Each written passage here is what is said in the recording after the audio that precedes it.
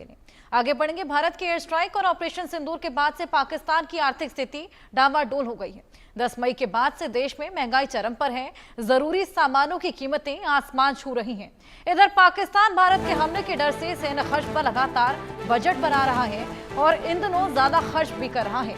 सिंधु जल संधि रद्द होने से पाकिस्तान में फसल पर बेहद बड़ा और बुरा असर पड़ा है। दरअसल भारत की रणनीति पाकिस्तान की आर्थिक तबाही है।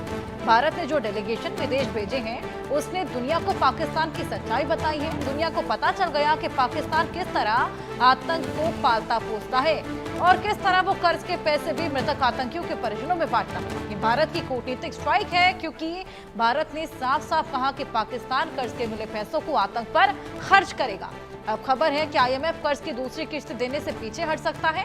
आईएमएफ ने पाकिस्तान को चेतावनी दी है कि भारत से तनाव के कारण उसके आर्थिक सुधार और वित्तीय लक्ष्य बुरी तरह प्रभावित होंगे, इसलिए वो इससे बचे।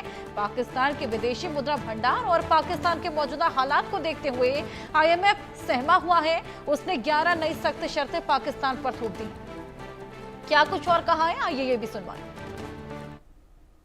ये हम अगर ये पानी का क्राइसिस नहीं अभी सॉल्व करेंगे तो हम भूखे मर सकते हैं। उसकी वजह ये है कि इंडस बेसिन जो है वो ही हमारा लाइफलाइन है। 3/4 जो पानी हमारा आता है सर टोटल बाहर से आता है। हमारी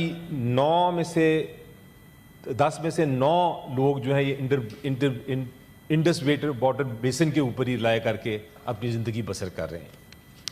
90% स्टेटिस्टिक्स के मुताबिक 90% जो हमारी क्रॉप्स हैं, जो हमारी फसलें हैं, वो इस पानी पे डिपेंड करती हैं। हमारे जितने पावर प्रोजेक्ट्स हैं, जितने डैम्स हैं, वो इसी पानी के ऊपर बने हुए हैं। तो इसलिए अगर ये हम इसको हम समझते हैं कि ये एक वाटर बॉम्ब हमारे ऊपर पड़ा हुआ है जिसको हमने डिफ्यूज करना है। इस बयान से पाकिस्तान की बौखलाहट साफ देखी जा सकती है। वाटर बॉम्ब का जिक्र यहां पर अजय ये कर रहे हैं और ऐसे में लगातार मांग कर रहे हैं कि इंडस वाटर ट्रीटी जिसे रद्द किया गया है उसे वापस लागू किया जाए क्योंकि बूंद बूंद पानी को अब पाकिस्तान तरस रहा है। देखिए हर्षा, भारत की तरफ से तो साफ कर दिया गया कि अगर पाकिस्तान चाहता है इस पानी को लेना या सुविधाएं लेना तो उसके लिए पाकिस्तान को अपना रवैया बदलना होगा। आतंकवादी जो समर्थन है, आतंकवादी घटनाओं को अंजाम देना, आतंकवाद को पालना, इसे बंद करना होगा। अगर पाकिस्तान को ये शर्तें मंजूर हैं तो भारत इसमें कभी पीछे नहीं हटा। आप सोचिए, जम्मू कश्मीर में जो चिनाब नदी है, दरअसल जब ये उधर जाती है पाकिस्तान की तरफ तो इसको इंडस कहा जाता है, जो सिंध नदी कहा जाता है। अगर आप देखें जिस तरीके से भारत इतने सालों से जो पानी जा रहा था, जब भी उसमें डैम बनाने का प्रयास करता था तो पाकिस्तान कहता था कि ट्रीटी के तहत हम इसे नहीं कर सकते। अगर नहरें बनाने की बात हुई तो पाकिस्तान ने कहा कि आप इसे नहीं कर सकते।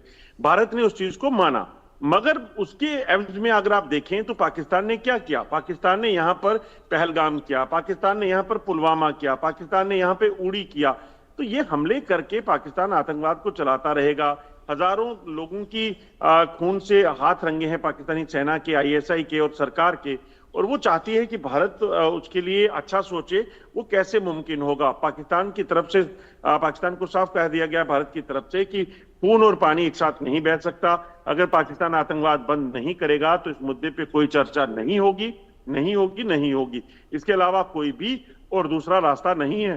पाकिस्तान हाफिज सईद, मसूद अजहर, तमाम जो आतंकी कमांडर वहां बैठे हैं वो भारत के हवाले कर दे या फिर इस पूरे सिलसिले को बंद कर दे। आतंकवाद के सिलसिले को, अपनी जमीन जो है वो आतंकवादी घटनाओं के लिए जो देता है उसे बंद कर दे, तभी जो है इस चीज को हल किया जा सकता है। इसके अलावा और कोई तरीका नहीं है। अगर पाकिस्तान को ये चीज समझ आती है तो पाकिस्तान इसका फायदा लेगा, वरना भारत में या खासतौर पर जम्मू कश्मीर में जहां से ये नदियां बहती हैं, इन नदियों का पानी अभी हजारों लाखों पाकिस्तान ये बात समझ लें उसके लिए उतना ही फायदेमंद रहेगा। बहुत शुक्रिया आपका तमाम जानकारियां हमारे साथ साझा करने के लिए।